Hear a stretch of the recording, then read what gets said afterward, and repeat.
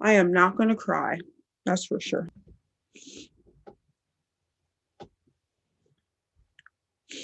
This is when I wish I had makeup, people. I can't believe I'm crying. Like,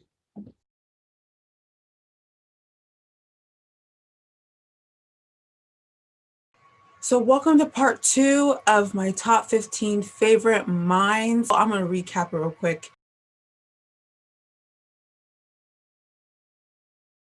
Next is number 9. No other than George Orwell. Something like 1984 could actually happen. This is the direction the world is going in at the present time. In our world, there will be no emotions except fear, rage, triumph and self-abasement. The sex instinct will be eradicated. We shall abolish the orgasm. There will be no loyalty except loyalty to the party. But always there will be the intoxication of power. Always, at every moment, there will be the thrill of victory, the sensation of trampling on an enemy who is helpless. If you want a picture of the future, imagine a boot stamping on a human face forever. The moral to be drawn from this dangerous nightmare situation is a simple one. Don't let it happen. It depends on you. So George Orwell was a writer, novelist. He also wrote a lot of literary criticism and polemics. One of his most important essays for me is his essay that he wrote in 1946, which I believe is about 40 years before he passed in 1950, and it's called Politics in the English Language. So this essay really focuses on different things, specifically about language, words, and the power of them.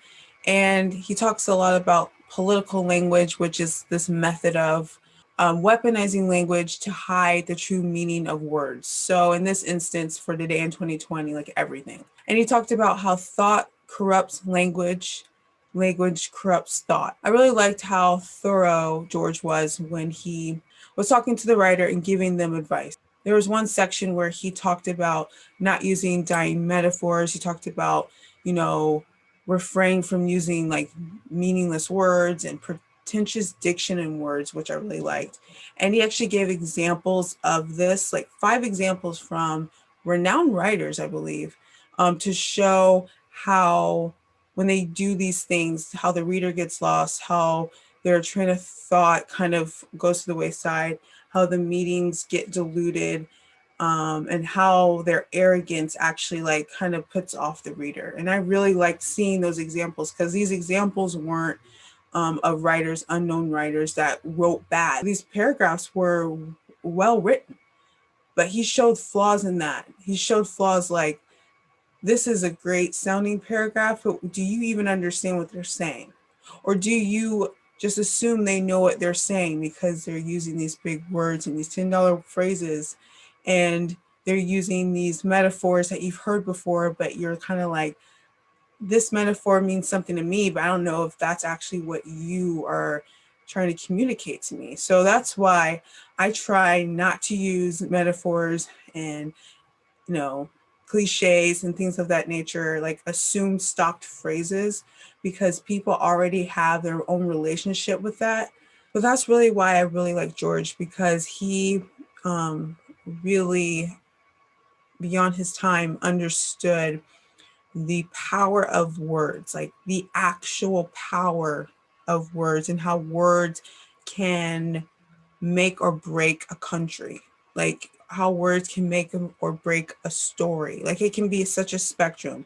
Words in print has transformed our country in many ways, like the Declaration of Independence or the Emancipation Proclamation or the Civil Rights Act. All of these other things, like words matter. Each word matters. And it's hard for me when I see people just throwing words around and weaponizing words against things that don't suit what's actually happening. And I just want people to be more direct. Like, what do you mean when you say this? What do you mean when you say everyone on the right is this? What do you mean when you say everyone on the left is this? Like that, because that's not truth. Like, tell me what you mean.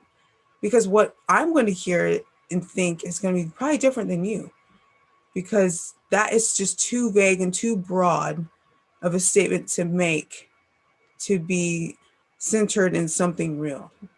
So people need to start doing that.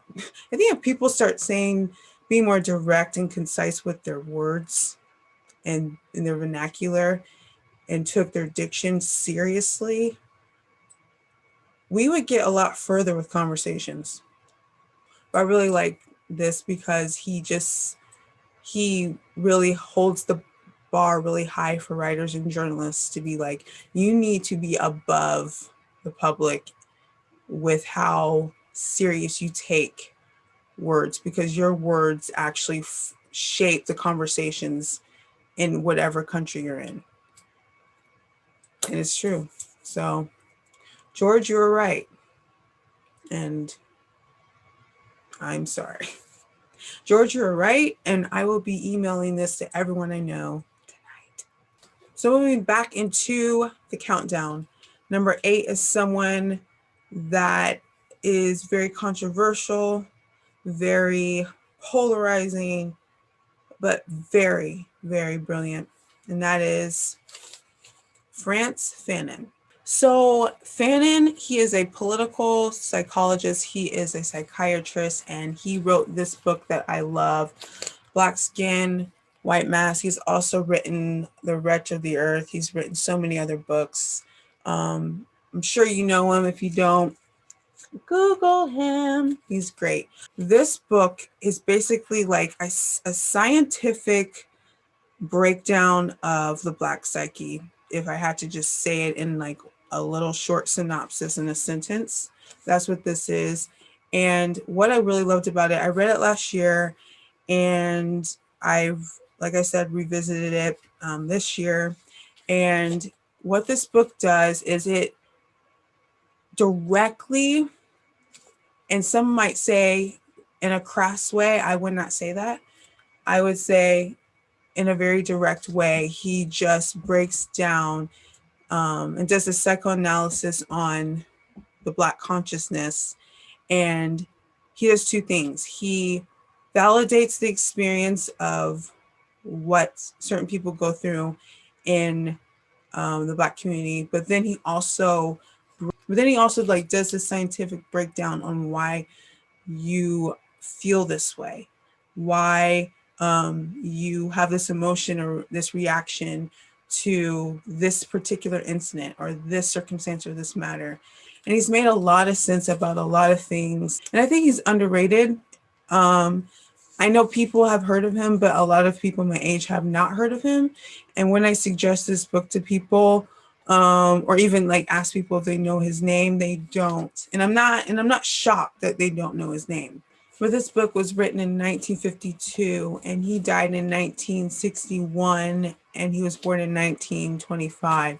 So he grew up in a very particular age and particular era and time in America where he was seeing things going on.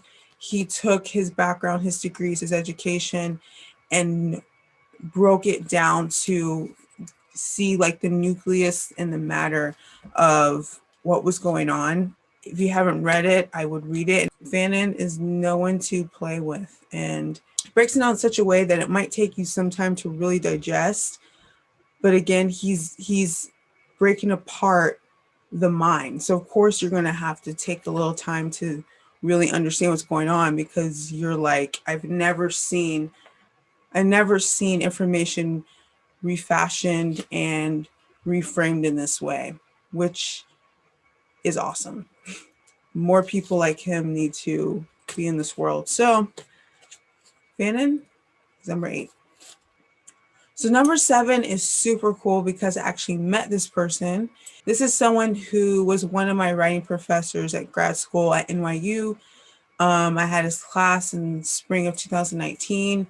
one of my favorite classes ever. Learned so much about the importance of taking your time with writing. That's just something I've always, it's been etched to my mind. And it's because of this man, and that you should never write over the reader's head, and that you should make your prose as clear and clarified as possible, and you shouldn't sound like an a-hole. That's basically what this person taught me. So here we go, roll the clip. When you began to write, what did you feel that the purpose of your writing was? That's a great question. I just felt this like deep need to express myself. That was the first thing. The second thing was I felt a deep need to understand. I just didn't understand. I didn't understand why my community looked different. I had theories and I had people around me that said stuff, but I didn't have any numbers. I didn't have any statistics. I didn't have real history at that point. I just didn't understand. I had a strong desire to understand and to express that understanding. Were you led to literature first or journalism? Probably literature first, because I grew up in a house with a lot of books. And so the first thing was I did a ton of reading. How did you get from literature to journalism? I came here to Howard University, where we're filming, and I started working for the local student newspaper, The Hilltop, and I enjoyed it. I found that, like, if I was curious about anything that was going on campus, I could go ask people about it. And that was revelatory for me. I couldn't believe it. You know, you could just ask somebody and then they would tell you. I mean, that was huge to me. And so you felt that journalism was the avenue? It was an avenue for exploration. I was always like just insanely curious. Like even as a child, I just had so many questions. And journalism was a license to ask questions. As somebody, you know, as I discovered, when I, went out into the world, somebody would actually pay you to ask questions. I couldn't believe it. I was like, this is wondrous. You know what I mean? So, yeah. So I already did a video about the 5 writing tips that I learned from Ta-Nehisi Coates. But I want to talk a little bit more about the class, like briefly. So when I had this class, it was 10 of us in the class. We actually had to write an essay to get into the class because everyone and their mom wanted to be in this class, okay? Everyone wanted to take this course. I got in, and I remember the first day, I was there an hour early. I wanted to sit right next to him. I did. And the first day was pretty casual. He just asked us to talk about why we want to be reporters or journalists or writers. What is our passion? Where is it rooted? And we just had a great open conversation with him that was pretty informal. He just wanted to get to know us as people. And he just created this culture that was just so enjoyable because he didn't treat us like students. He treated us like peers, like we were his writing peers. And he had this very humble sense about him that I felt I could go to him and really ask him anything, or if I had a question about something or if I disagreed with something. I was nervous, honestly, at first, because I'm like, this is Ta-Nehisi Coates. Like, I don't ever want to look stupid in front of him. Like, my writing has to be perfect. But the one thing that he did that really helped us all kind of breathe in the beginning of the class, in the course, was that he brought in this book, edits of this book, and showed us how long the process took him to write the book. When he showed us the edits, it really humanized the writing process to us. And he was like, it takes time to write, and it always will take time to write. If you are a quick writer and you write fast, doesn't mean you're writing well. He's like, I always take my time. And if you take your time and you're a slower writer, that just means maybe you're really thinking about what you're saying. And he said that the less time he took, or the more time he took to just find the right words from the beginning and really sit with what he wanted to say, instead of just writing 20 document pages and then having to cut 10 of them out because you wrote too much. He said he just would sit and be like, what do I mean? Like, what am I really trying to say? And if it didn't come to him, he's like, okay, the next day, if he's on a deadline, maybe it wouldn't be like that. But, the next day, like, okay, one thing I'll never forget, Coates said something, which I don't know if the rest of the class got it.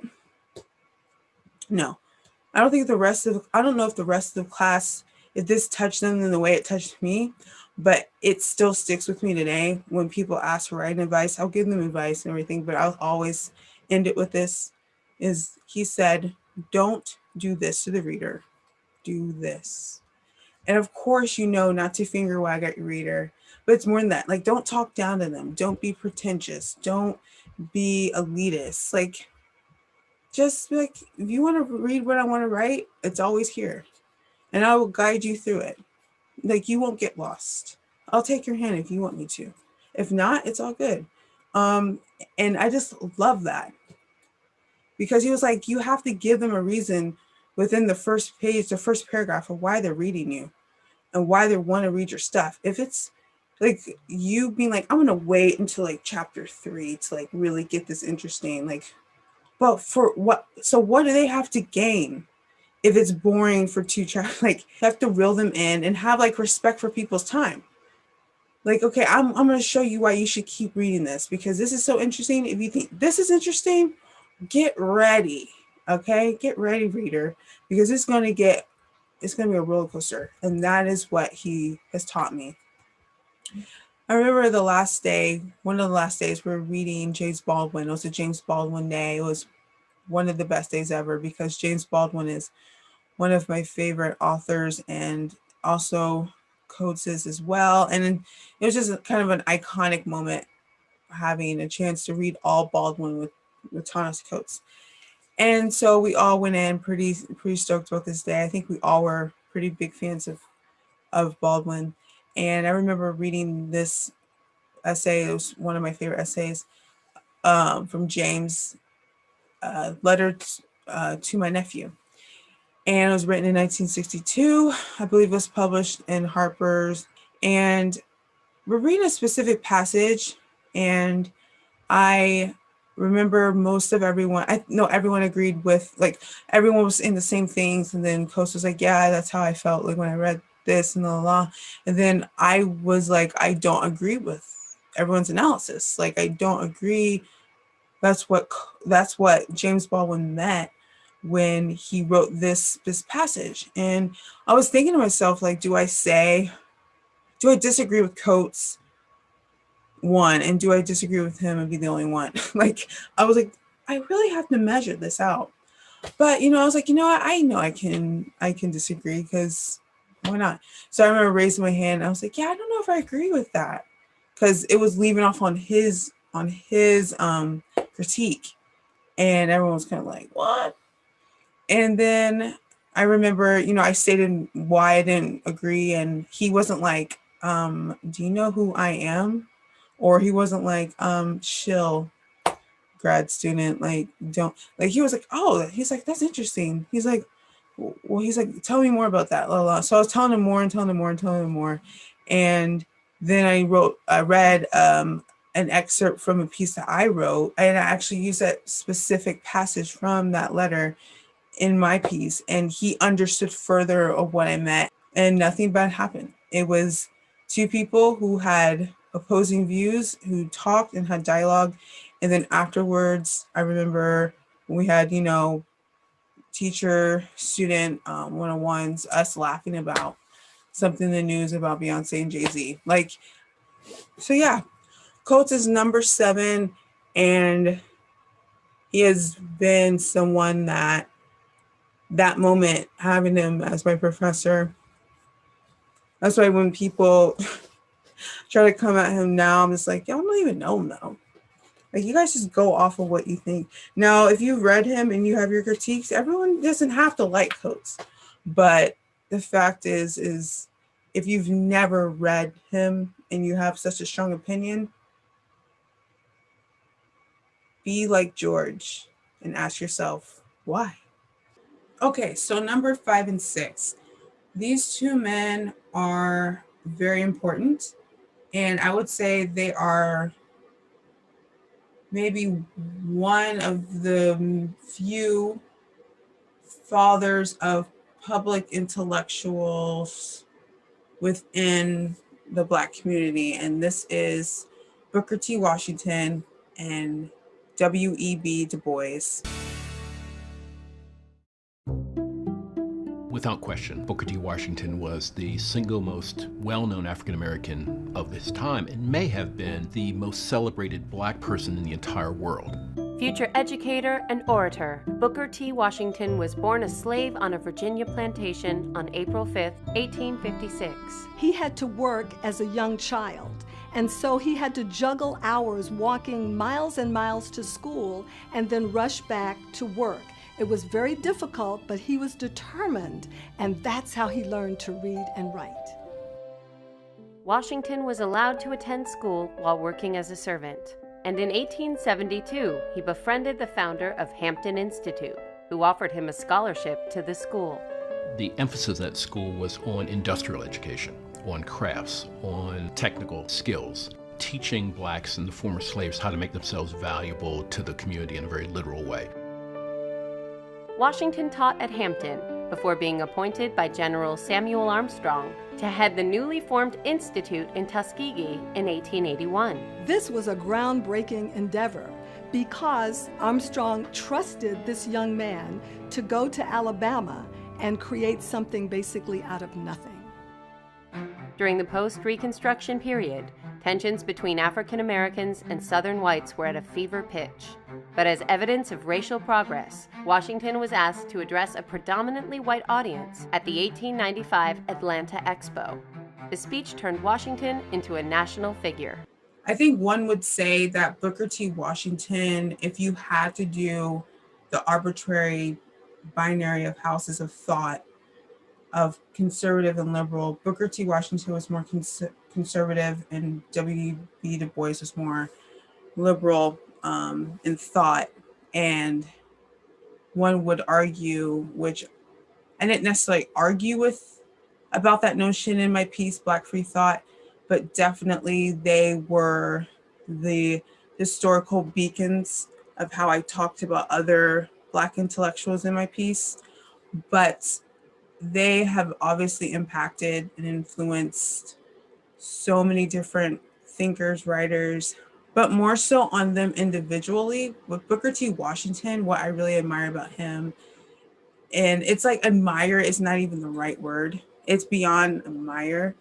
I hold him in high regard because he came from literal slavery and he went to Harvard and got his MA there. He got his PhD at another college that I cannot think of because it's slipping my mind, but I'll put it right here. And he was a slave and then founded Tuskegee University, which is still here, obviously, today, and still will be here for decades and centuries to come. And also my father went to Tuskegee University for engineering. And I just, like, when you look at, maybe I'll do a video on him because I can't get into all of who he was because he deserves like an hour at least or more. He deserves more. But like a synopsis is he has given me the image of not giving up. Like when things are hard or when things are tough and when things seem like impossible, or like when you're trying to establish something that's like out of thin air in a way where you have to like entrepreneur it, so to speak, into fruition, it's like it can be done. Not to say it won't be hard, but to say it's a lot easier than what he had to go through, And some people might say that's not a great comparison, that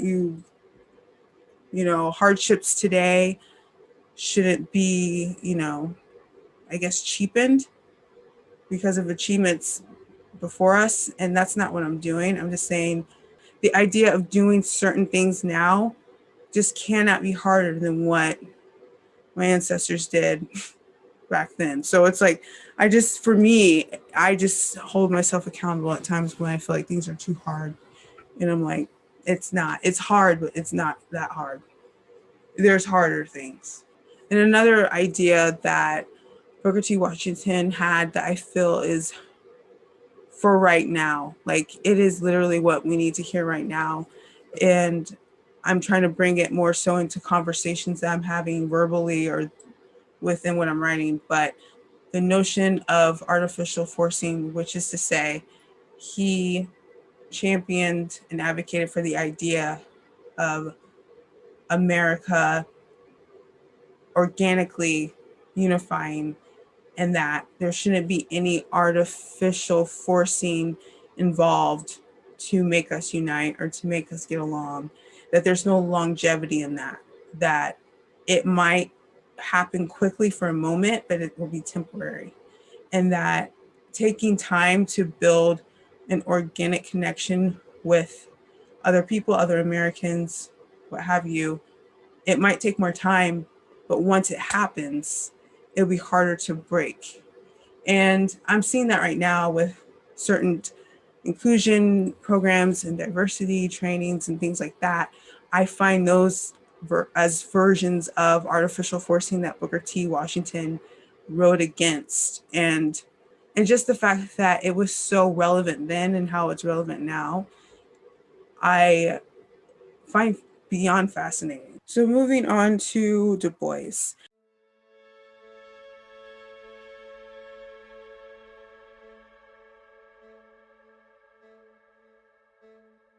William Edgar Burghardt Du Bois, better known as W.E.B. Du Bois, lived a very long life and was the singular, towering intellectual figure of African American life in the 20th century.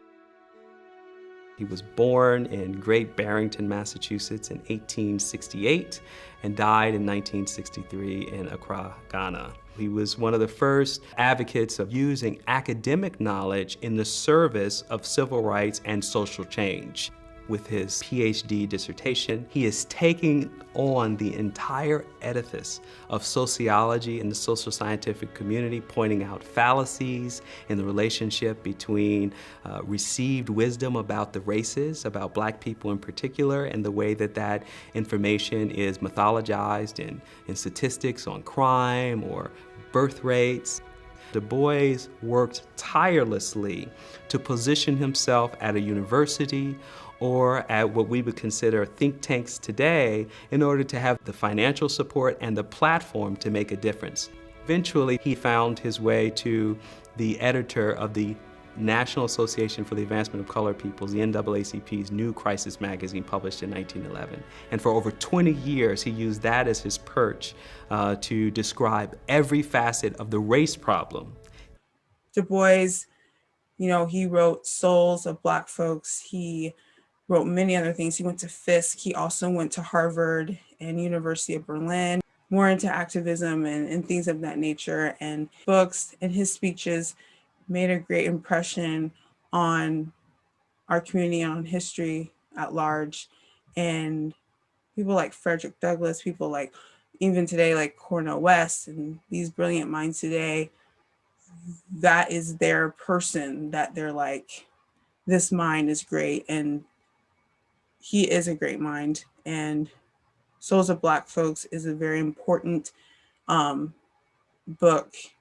And specifically when he talks about the double consciousness, when he says, like, there's a way that Black people see themselves, and then there's a way that America sees Black people, and that we are aware of both of the ways, is something that I think I read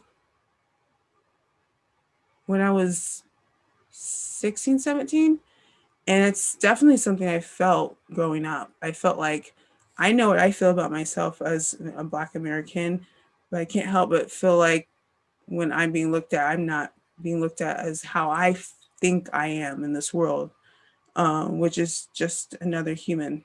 And both of these men were civil rights activists in their own way, and they just had different approaches on how to do it. And they both have helped advance Black America, and that legacy still impacts us in 2020. And my piece, Black Free Thought, I talk about them and how, and I make a case for heterodox thinking for my community specifically, and talk about how, even though these men's point of views were polarizing, that what if the solution to our issues, our problems, etc., is somewhere buried between both of their minds coming together? And it was like, what if both these men are neither 100% incorrect, but what if they're not 100% spot on, but that what if they just offered up ways for us to look at an issue critically, and that with both of their minds, we're going to get to the solution, that it takes more than one different angle looking at a matter, a problem. And so that is why they're on this list, number 5 and number 6.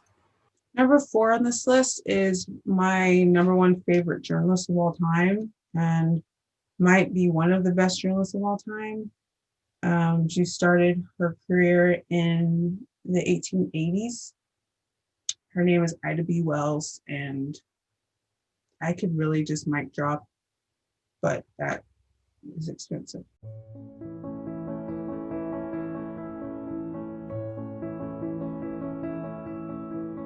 Wells became a leader in anti-lynching and essentially almost invented it, I would say, because of a sort of terrible personal experience she had. It was a terrible lynching in Memphis in which 3 black men were killed, and one of them was a man named Thomas Moss, a local businessman as well as a local mailman who was a friend of Wells along with his wife.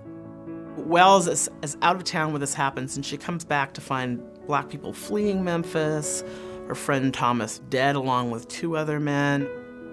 She had been thinking that, she would live in the South and she would work to make it a better place. But when she looked at someone like Thomas Moss, who had been a devout churchgoer, taught Sunday school, invested in his own business, done everything that the sort of world said that blacks needed to do to get ahead, and then had ended up being lynched, she began to question whether you could really do anything in the South. She published an editorial that went essentially too far in saying all this, and a white mob stormed the office of the Free Speech and destroyed the printing press. Wells was fortunate she wasn't there, but the mob left a note basically telling whoever was printing the newspaper that they should leave town and putting a death threat.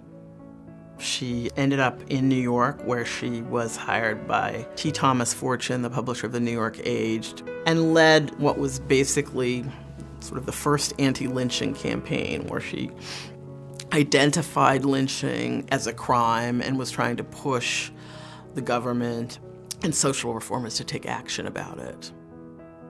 Anti-lynching would become a major commitment for the NAACP, the National Association for the Advancement of Colored People, and it would also be a major commitment of black women's clubs and other civil rights organizations.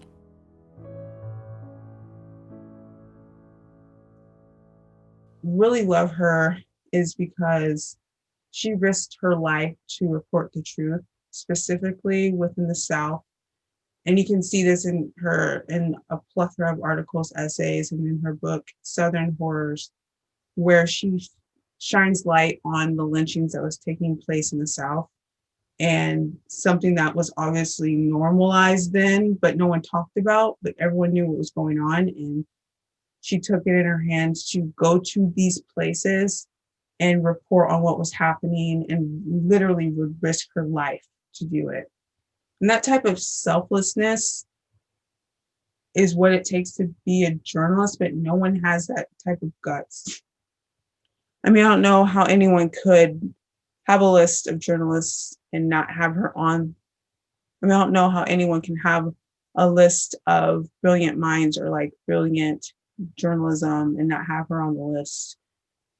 I mean, she is quite literally the reason why I wanted to really pursue journalism. There's many reasons why, but definitely she was on the list of why. And she's definitely on the list of why I try and stay as true to myself and to the craft of what journalism is supposed to be as possible. And that it's about the truth. It's not about you. It's not about a side. It's not about making people comfortable. It's not about catering and manipulating the public. It's about a service to the public, to tell them the truth even if it upsets them, scares them, or makes them happy. That's not up to you, but it's up to you to always tell it like it is and not, doctor reports or make up stories to monetize your YouTube channel or to gain a following. I'm not here on YouTube, honestly, to have a following. I'm not on here to galvanize a crowd. I'm on here just to be a critical thinker and to be a cultural critic, and people like her help me, because it's like the stakes aren't that high for me as it is for an Ida B. Wells. Like, I'm on YouTube making videos, and yeah, I get flack and I get backlash and I get rude comments and people don't like what I say, and people are like, oh my gosh, you're still a BLM like, I don't care though. Like, I really don't, because like when you really understand history and what other people have done, you realize those comments literally are like gnats. Like, it doesn't matter. Like, my life, I'm not, like, it's just not the same thing. Like, if she can do this with journalism, then I can take a couple of hits on YouTube with some rude comments. Like, it doesn't bother me. Worse has happened to me. Okay. So yes, Ida B. Wells, thank you so much for everything you've done. And you definitely changed my life, and you're one of the reasons why I'm doing this. So thank you. Oh, Lord, number 3. I am not going to cry. That's for sure. Hold on. I got to get her book. There's a couple of books I have. Get these. I'm not going to cry. So I started journalism for many reasons. Ida B. Wells was one of them. But writing and having the confidence to pursue writing was mainly because of this woman. And that is Toni Morrison. Unfortunately, passed away in 2019. And I remember that day. I remember being in New York, in Brooklyn, on my couch, and I actually was pretty sick that day.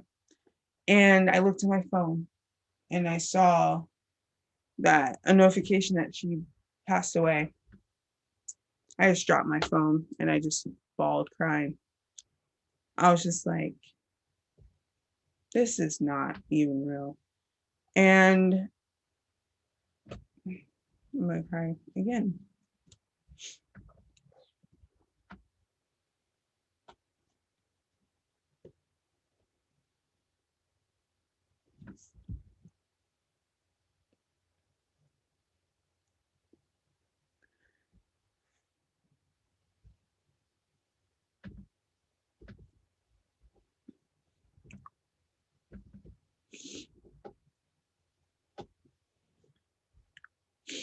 This is when I wish I had makeup, people. I can't believe I'm crying. But Toni Morrison, yes, when she passed away, I was very, very upset.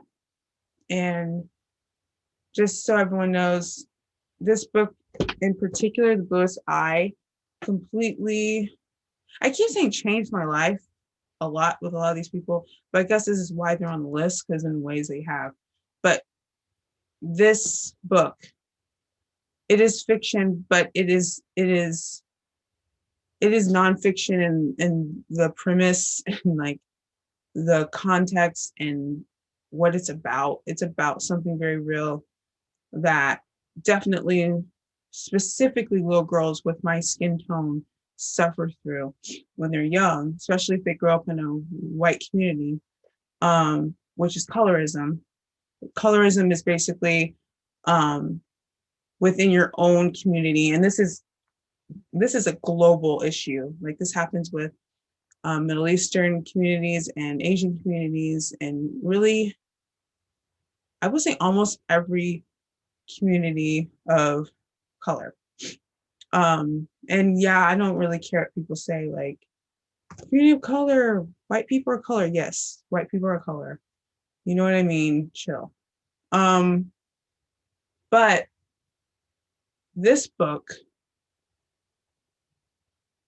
it talks about colorism, and colorism is it's a global issue with different races across this world, and specifically in America with the Black community, which it originated. It's like a symptom that originated from slavery, where dark-skinned slaves were outside, light-skinned slaves were inside, and now that has trickled down into,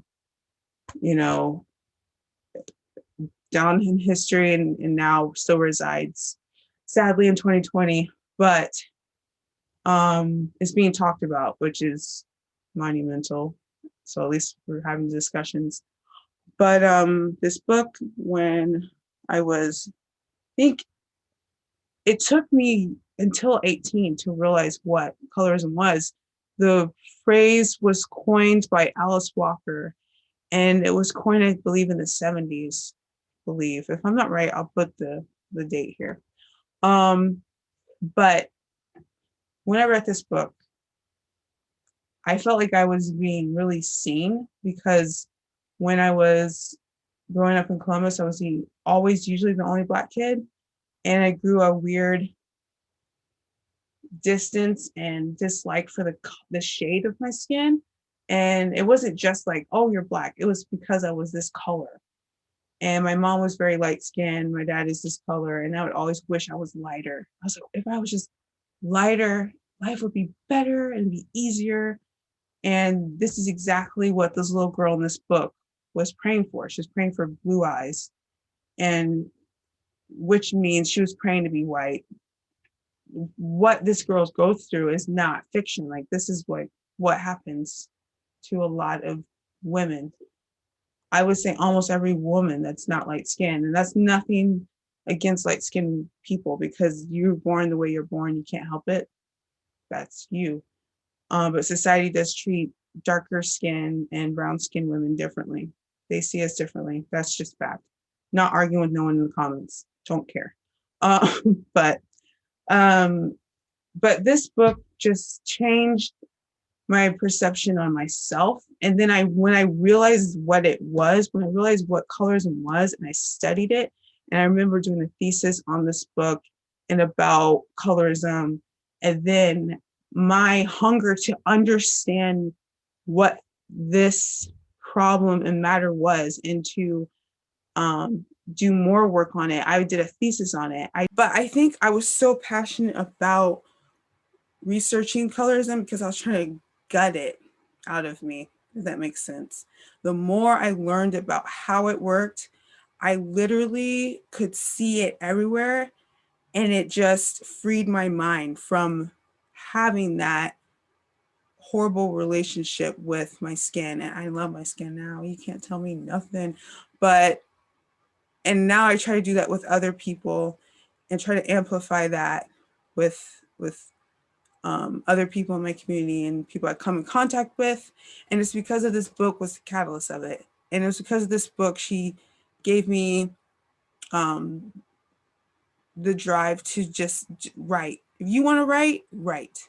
But she is phenomenal. And, she lives, I say she lives on, yes, but man, I wish she was still here. I really do. I wish I could have met her, but I love her. And thank you, Toni. So number 2 is the one, the only James Baldwin. When I left this country in 1948, I left this country for one reason only, one reason. I didn't care where I went. I might have gone to Hong Kong, I might have gone to Timbuktu. I ended up in Paris, on the streets of Paris, with $40 in my pocket, on the theory that nothing worse could happen to me there than had already happened to me here. You talk about making it as a writer by yourself. You had to be able then to turn off all the antenna with which you live, because once you turn your back on this society, you may die. You may die. And it's very hard to sit at a typewriter and concentrate on that if you're afraid of the world around you. The years I lived in Paris did one thing for me. They released me from that particular social terror, which was not the paranoia of my own mind, but a real social danger visible in the face of every cop, every boss, everybody. I don't know what most white people in this country feel, but I can only conclude what they feel from the state of their institutions. I don't know if white Christians hate Negroes or not, but I know that we have a Christian church which is white and a Christian church which is black. I know, as Malcolm X once put it, that the most segregated hour in American life is high noon on Sunday. That says a great deal for me about a Christian nation. It means that I can't afford to trust most white Christians and certainly cannot trust the Christian church. I don't know whether the labor unions and their bosses really hate me. That doesn't matter, but I know I'm not in their unions. I don't know if the real estate lobby is anything against black people, but I know the real estate lobbies keep me in the ghetto. I don't know if the Board of Education hates black people, but I know the textbooks they give my children to read and the schools that we have to go to. Now, this is the evidence. You want me to make an act of faith, risking myself, my wife, my woman, my sister, my children, on some idealism which you assure me exists in America, which I have never seen. James Baldwin is one of the most important people, minds, and thinkers of all time. Thank you for coming to my TED Talk tonight. No, really, James Baldwin, he is my, like, it's hard to say if he's my favorite. He and Toni are one of my favorite writers. He is one of my favorite people of all time. He really is. I have some books, actually. The Fire Next Time, and this is a collection of essays that he has written. I also have Another Country. It's somewhere over here. It's behind me. In Fire Next Time, there's a book, or there's an essay, Notes of a Native Son and A Letter to My Nephew, and those are like two of the most important essays, I feel like, in the American canon of works of writers. What I loved about those pieces is he talked about so many different elements, and he usually ends in a way where you're not expecting it.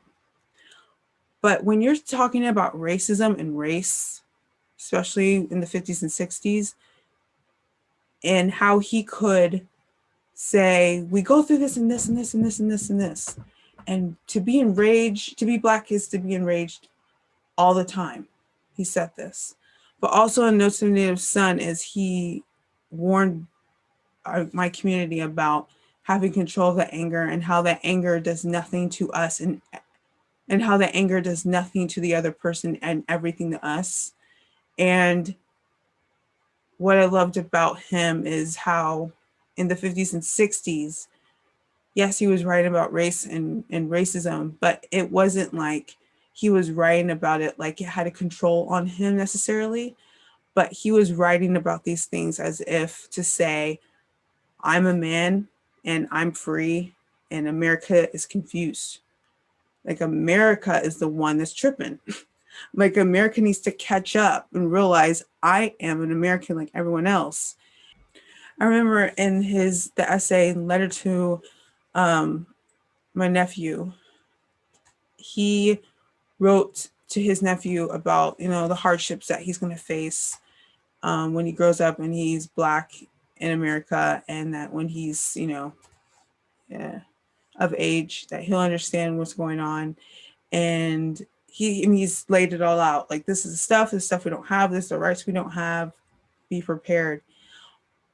So, but then at the end, he's like, but you still have to love them anyway. The way to win is not to combat them with hate. The way to win is to literally love them out of needing you to be their Negro. He was saying, when you encounter things like this, you have to love them anyways, because you have to put up a mirror to them on why they're treating you differently just because of the color of your skin, why they won't let you into a restroom or a restaurant or let you sit at a counter, or why they won't let you vote, because you have to have them mirror that. And it's about them. It's not about you. You did nothing wrong. You were born Black and that's it. The fact that they won't let you vote because you're brown is their problem.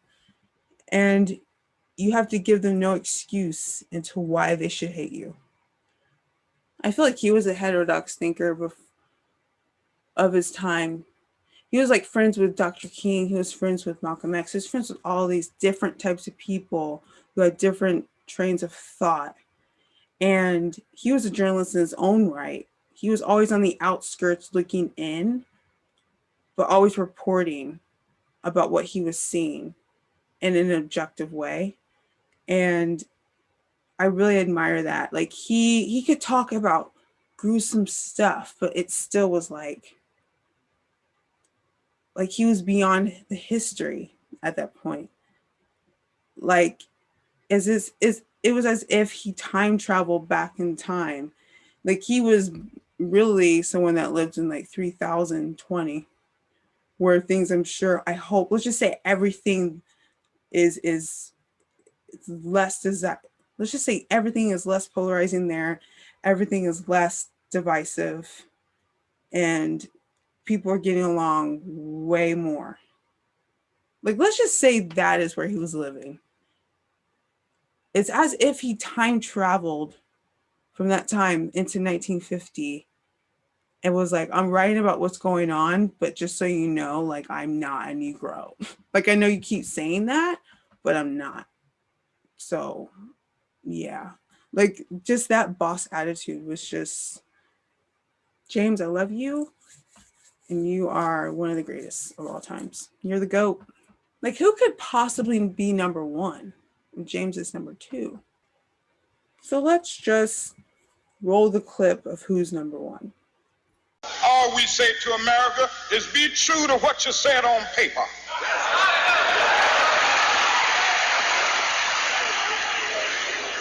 If I lived in China or even Russia or any totalitarian country, maybe I could understand some of these illegal injunctions. Maybe I could understand the denial of certain basic First Amendment privileges because they haven't committed themselves to that over there. But somewhere I read of the freedom of assembly. Somewhere I read of the freedom of speech. Somewhere I read of the freedom of press. Somewhere I read that the greatness of America is the right to protest far right.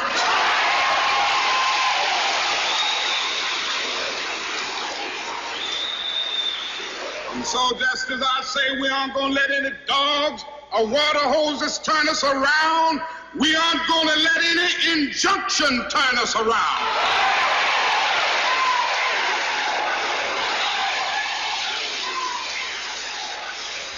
Well, I don't know what will happen now.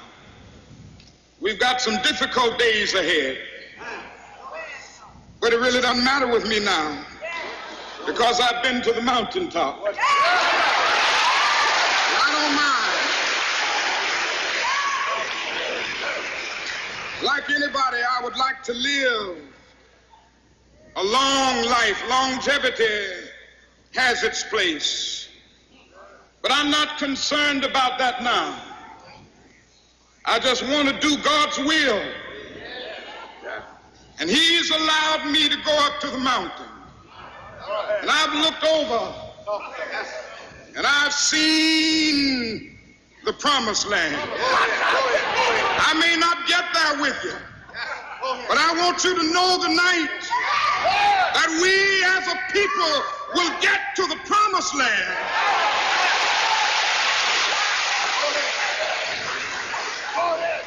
So I'm happy tonight. I'm not worried about anything. I'm not fearing any man. Mine eyes have seen the glory of the coming of the Lord. Like, what could be said about Dr. Martin Luther King? One, he's my uncle. Just kidding. Dr. King was just the perfect model of how thoughts and ideas plus knowledge and truth, how it can impact the world, and how it did impact the world and impact America. And I believe he's one of the most influential people to ever walk this earth. And he did all of these things, like I said, being a pastor and a civil rights leader and educator and things of that nature. Also a brilliant writer, beautiful author. He wrote one of my favorite pieces that I still read at least once or twice a year, but that is the letter from a Birmingham jail. And I read this because it's just still mind-boggling that he wrote this from a jail cell. Like, not like, on an Apple computer or on his phone. He wrote this, transcribed all of this on paper. And if you read this piece, which was just a letter of him venting out his thoughts, really, it's really long, but it's so well crafted. I think what's mesmerizing about it is because it's so controlled in the tone, despite where he was, and despite how he got there, and despite being portrayed by people that were on his side, so to speak. But out of everyone on this list, his mind to be able to control his emotions and like mind literally over matter, like all of the matters that were happening, the problems, the issues, he was so strong within his mind that even though he was human and of course things got to him, and there's times I'm sure he wanted to quit. If you watch the film Selma, he was human and there's trials and tribulations that he went through, but his mind, like the way that he was able to just foresee a future that none of us could imagine possibly, and that in that speech that he gives about I've been to the mountaintop and he has seen the promised land. I really believe God showed him something that we have yet seen in our lifetime. But I think he showed him something of, your work today is going to propel a lot of other work, and the unity might not be within 40 years or in 2020, but it will happen. And I hope, and I do believe that he was able to see a world where his work was not in vain. But I would say his work is still not in vain in 2020. Like, the things I'm able to do is because Dr. King and the civil rights movement as a whole. So it might not be the promised land, but it's better land for sure. Also, obviously, Dr. King was a proponent for critical thinking, because he had to do that in order to be successful, and how he mobilized and how he strategized and how he led the civil rights movement. But there's this specific quote that I love that he said, and I'll put it right here. But he talks about how, one of my favorite quotes ever, but he was talking about how some people, well, really most people are unwilling to engage in like critical, hard thinking. Like, they'll settle for half-baked ideas. They'll settle for, easy resolutions to things, but they won't sit down with themselves or sit down with other people or sit down with just one individual and engage in hard thinking. Like, engage in the most uncomfortable thing, which is to sit with your own thoughts and think, am I wrong? And is this person right? And what type of exchange can we have that we can come up with something way better than these throwaway solutions that aren't working? which is something that needs to be implemented today. And Dr. King was one of the greatest thinkers ever. He had a dream, right? And everyone will say, oh, he had a dream, he had a dream. Yes, he had a dream. But I think it was more of, I have an idea that if we all come together and think about what we've been doing and realizing that it doesn't work, and realizing that some of us or most of us or even all of us might be wrong, and that actually the answer is within the dialogue and discourse to understand how to come together with the race relations we're dealing with. That he said, if we can do that, I have an idea. I have come to this conclusion that one day our race won't matter. That one day my character is actually going to be what speaks for me. That my character is what's going to be judged and not my skin. That you're not going to care that Brittany's brown. You're going to care about who is Brittany and what's the content of her character, not the composition of my complexion. What's the disposition of who I am? That is what I believe if you want to interpret it. That's what I believe if you want to interpret it, that it's not this abstract, I have a dream. It was like, no, I felt long and hard about this. And that if we do A, B, and C, then we can actually come to a solution that might not be perfect because you can't get everyone on board, but the ones that want to be on board, here's an idea I'm going to present to you. But I feel like Dr. King actually probably had to say it like, I have a dream, because America really loves romantic language or a nice stroke on the face, like, but not like, okay, guys, here's the game plan. If we do this and this, then racial categories will be like not a thing. That doesn't sound as good as I have a dream that the hills and this, and this is not mocking this speech, because the speech is one of the most iconic speeches in America. But it's to say almost like, there goes Martin thinking again, knowing that I'll communicate, knowing that I can communicate this notion better, saying it like this versus saying it like that. And I just hope people really start to really understand what he said. It's not this nice little poem and this nice little, oh, this sounds really nice, that you just quote every time it's his birthday and then you just leave it. This is an idea that Dr. King presented to the world. And it has been turned into like almost this fictional stanza, like haiku. Like, this sounds nice.